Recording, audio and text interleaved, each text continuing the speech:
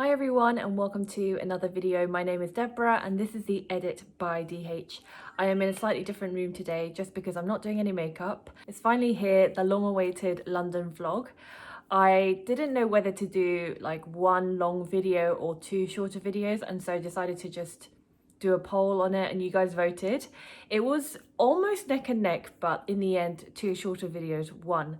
So this is part one to my London vlog. For those of you who don't know or haven't watched my videos before, my husband and I were celebrating our wedding anniversary and we were thinking whether we should go abroad, which is what we'd normally do, but because it's a pandemic we thought it's better to just stay in the UK. So we decided to go on a staycation in central London. We stayed at the iconic Rosewood Hotel in Holborn, London. It was so beautiful. We were there for about 5-6 days and we got to experience different things. I hope you enjoy it. It's my first time doing a London vlog and I hope I managed to capture the essence of London.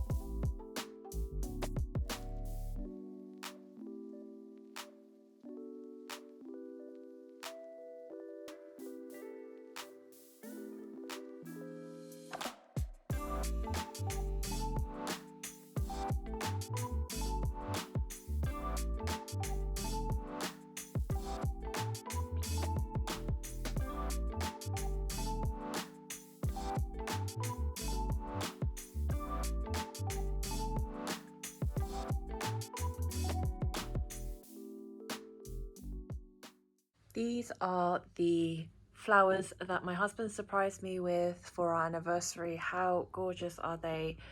The lilac-y roses, and they're so pretty. And I want to take them home as well, actually. So what do you guys think? They also surprised me with balloons. I mean, balloons make me happy. I feel like when I see balloons, I just get reminded of my 10-year-old self. And also, we have some chocolate strawberries, which I believe the hotel has given to us complimentary. But for all I know, we could be charged with it. Like, oh, that would be £150, please, for this chocolate-covered strawberries. Thank you.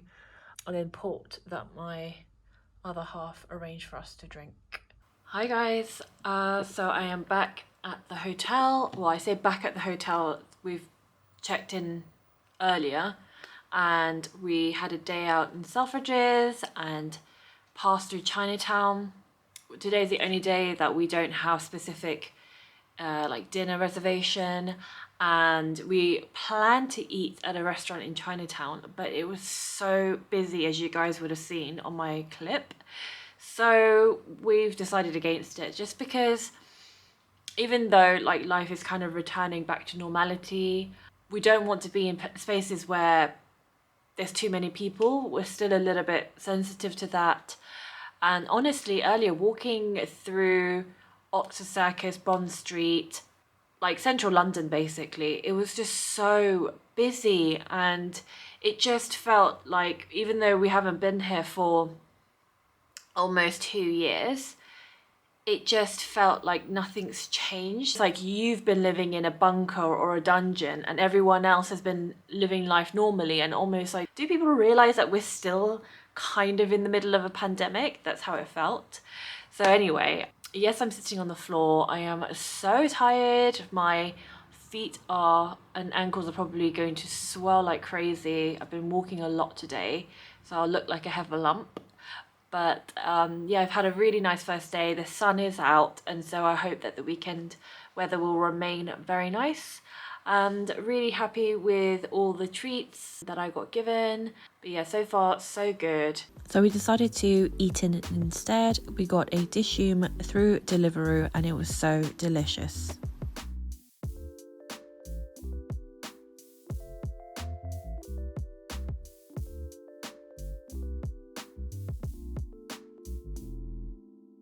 This is my friend's place. Look how cute this is. All these different products. I'm sure there's a lot of organic goods.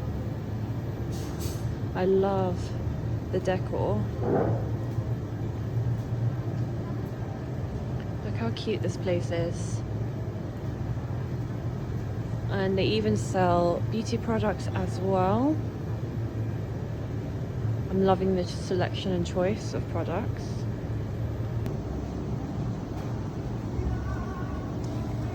This is Abby. Abby! So cute. Abby, say hi. You like that, you like that, you like that.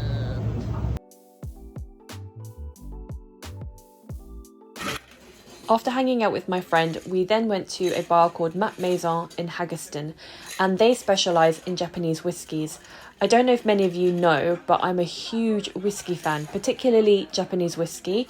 And the reason why we found this place, which we've never been to before, was because they specialise in Japanese whiskey. In fact, they have the second largest collection in Europe, not London, not the UK, but Europe. I think the first is Sexy Fish in London.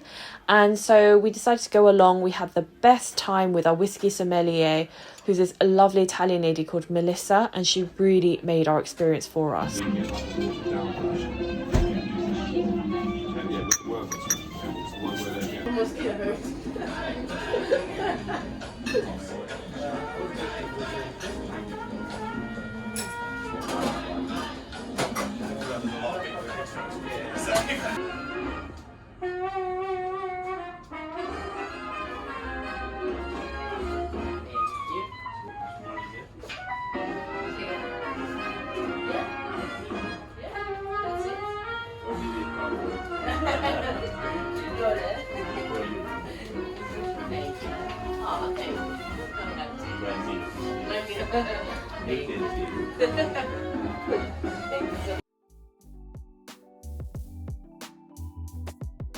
This is our breakfast. We've got some apple juice, some latte, some bread there, French toast with chantilly and berries, and then a good old English breakfast.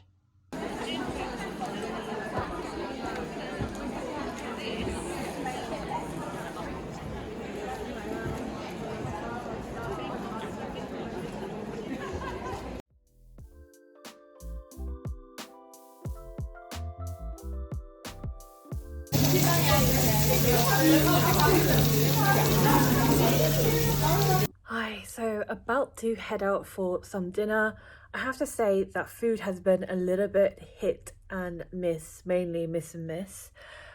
So today we're going to Hawksmoor, which is like the famous steakhouse in London. Really looking forward to it. There's a few Hawksmoors, I believe, but we're going to the one in Piccadilly Circus. It's not like a fancy dressy place, but I'm wearing some jewellery. This is an Aurelia ear cuff. This is the Monica Vinader, however you say it, earrings. My makeup's pretty simple. This is the NARS Claudette Mathilde colour. Wearing this necklace from Alchemistry, I don't know how you say it. And this is something I got actually this weekend. I absolutely love it. You can like alter the chain length, I guess, and it's a real pearl. Then this is from Maria Black, I believe. I love Maria Black. This blazer is Reese. This silky dress is from All Saints. So I'll just try to show you a quick full body shot. I think this is the first time you guys are seeing me in length. I do have legs, I promise you. It's not just an upper torso and arms.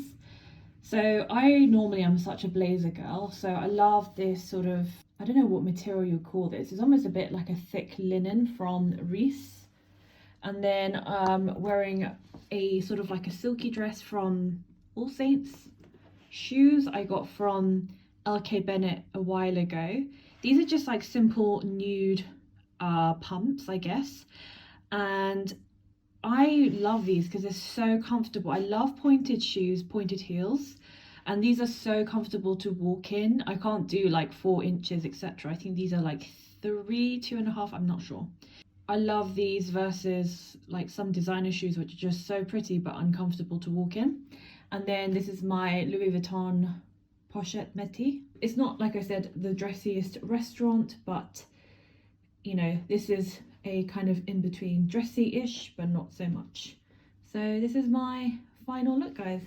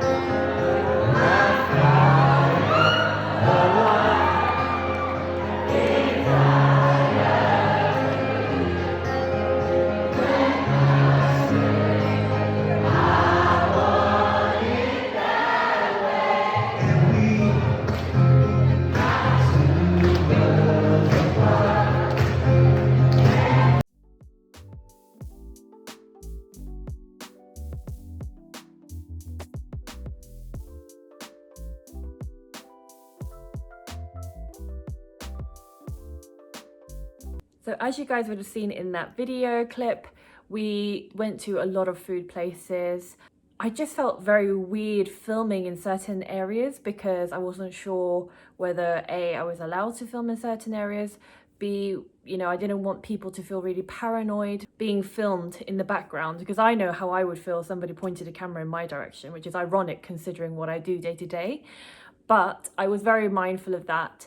And also, I don't like being that girl who takes pictures of all her food and takes pictures of everything. I don't have that confidence yet to walk around London with, you know, a selfie stick talking to myself in the street. Give me a couple of months, maybe that will change. What you saw on day one was me going to the Dior, Christian Dior and 𝕗𝕠 restaurant at Selfridges collaboration. And the 𝕗𝕠 restaurant, to explain, it's a rooftop restaurant at the top of Selfridges, and they have been around for a little while, I think a couple of years already, pre-pandemic at least. I've been there a couple of times and they always have a different theme. So this time around, for the summer I think only, they've collaborated with Dior, as you saw in my clip.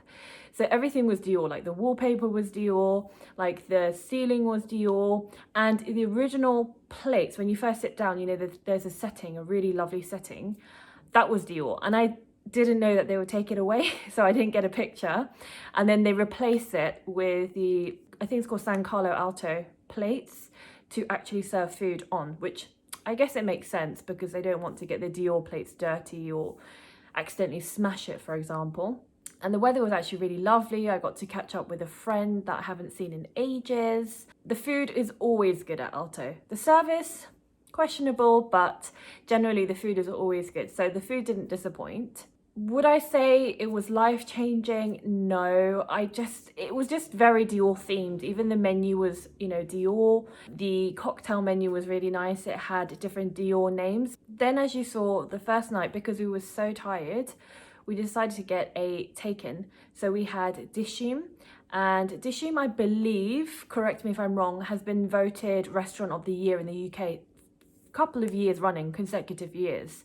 And the food is incredible, but personally I feel like it is like fusion Asian food. It's not completely authentic Asian food, but it's still delicious, and we really enjoyed that. It felt really decadent, a lot of calories, you know, like the garlic naan bread and things like that.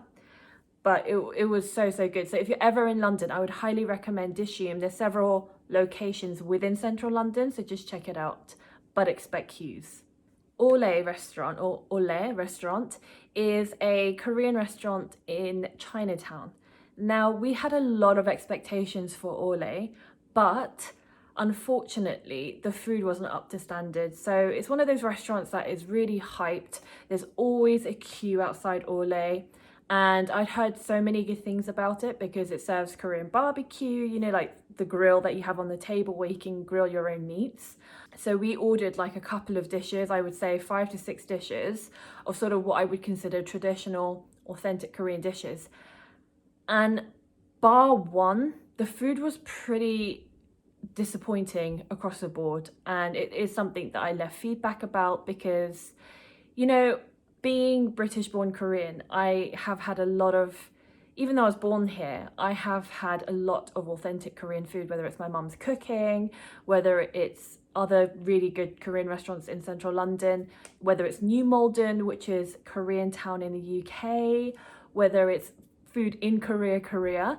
I've had access to a lot of authentic Korean food. So I felt a little bit conflicted that, you know, on one hand, great, this Korean business in London is doing so well. On the other hand, I felt like that you're not really doing us justice as a cuisine, as a restaurant. You're not really representing Korean food because this is not what is Korean food. And what I found really interesting is on Google review, they had a lot of 5-star reviews, but I question whether it's Korean people reviewing it. When we were at the restaurant, certainly, there's 2 floors and we were sat on the bottom floor and all the tables were packed when we were there. I think it was like a Sunday night on a bank holiday weekend and nobody was Korean there. So great, like I said, that a Korean restaurant is doing well, but on the other hand, I thought it's so much better than this. Korean food is so much better than this. The whole point of Korean food, in my opinion, is like the soul food of Asia. It's got spice, it's got flavor, tons and tons of depth to the food. And so for me, that restaurant was a real letdown. So I just wanted to put it out there. Then we had 𝕊𝕦𝕒𝕣 one of the evenings. The broth was really good, but the noodles weren't that great. So this was kind of like the theme of our week, where the food standards had definitely dropped compared to pre-pandemic. And I don't know whether that's because a lot of like the chefs have gone back home, so to speak. I just don't know what it is. So the only restaurants that we really enjoyed were Dishoom, ironically, which was the takeaway that we got through Deliveroo the first night, and then Hawksmoor, which is the steakhouse. So Hawksmoor is like a super famous steakhouse in London. Again, they have several locations. And normally the steakhouses, I would say the top 3, please comment down below if you know any more. But in my opinion, the top 3 are Hawksmoor, 𝕬𝕗𝕗𝕗 and Goodman's. We've tried 𝕬𝕗𝕗𝕗 a few times, we tried Goodman's, and we weren't that impressed. Hawksmoor, for us, consistently gets it right. There's something about the way that they cook the steak. They do seafood as well. Everything is just so consistently good. And we go to the one in Piccadilly Circus that you saw on the clip on Eyre Street. It's such a large space. It's got this gorgeous Art Deco decor. The staff are just so lovely. No one's snobby in there. You can dress pretty much how you like. There's such a cool, chilled vibe there. And it's just all about good food and good service. And that's exactly what I'm about. So I was so happy to know that Hawksmoor hasn't changed and the standard is still really high across the board. As for the musical Hamilton, I don't know if any of you have seen Hamilton, but we had heard such amazing reviews about Hamilton. So we were so excited to get tickets and go. And honestly, it was the first time we've been to like an auditorium sort of setting. And we knew that it would be busy. We knew that there would be a lot of people, but my God, it was packed. It was sellout, capital letters, exclamation mark, you know.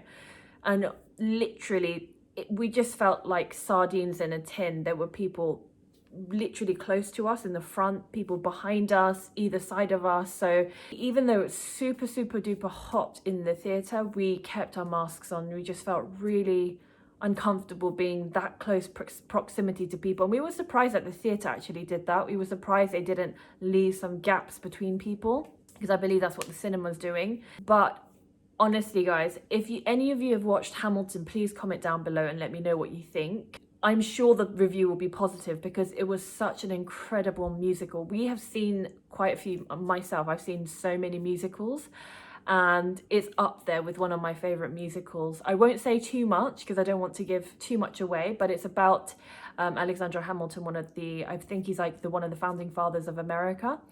And honestly, I would say throughout 90% of the musical, I literally had goosebumps all over me. Listen, I'm not the biggest history buff, but it was just amazing how they could educate you but still entertain you and retell history in a way where it keeps your attention, and with mixture of singing, rap. Honestly, I was just blown away. So if any of you are into musicals, even if you're not, I would highly recommend seeing Hamilton. Anything that I mentioned, whether it's clothing, jewelry, bags, accessories, clothes, I'll link all of that down below. And if you see any live links, it means that it's an affiliate link. So it just means that if you do decide that you want to invest or purchase, there's absolutely no obligation to.